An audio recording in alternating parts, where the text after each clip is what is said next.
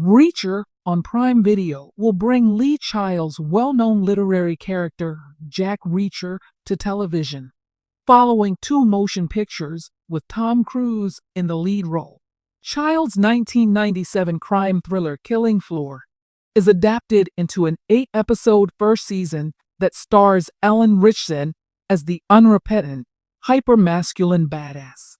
Reacher is an action-packed take on the character in a debut season that is all killer, no filler, and a more faithful depiction than the Cruise-starring movies. U.S. Army combat veteran Jack Reacher is detained in the small Georgian village of Margrave when he is suspected of killing someone not long after arriving. Reacher sets out to find the real murderer and exact revenge in his trademark brutal style in order to establish his innocence. He does this by drawing on his extensive military training, sharp deduction abilities, and massive physical mass. If Reacher was the kind to place much value in running the odds, he would quickly learn that this small village might be concealing a plot that stacks the chances against him. The protagonist, as portrayed by Reacher, is faithful to the 1997 book. He's a man of few words and a constant source of ridiculous bravado when he's on television. Reacher from Ritchson is frequently the most intelligent person in the room, and he doesn't hesitate to tell others as much. With a sly grin and a cold stare, he demeans anyone who stands in his way. But Ritchson's work shines in situations where Reacher isn't in complete control. The times when Reacher is on the defense are the most effective and a refreshing change of pace, because we've seen innumerable variations on the no-nonsense, supremely confident anti-hero before.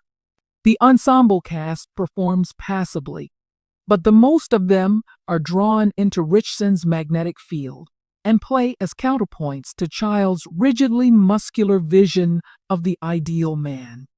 The two main outliers are Malcolm Goodwin as Chief Police Detective Oscar Finley and Willa Fitzgerald as Margrave Police Officer Roscoe Conklin.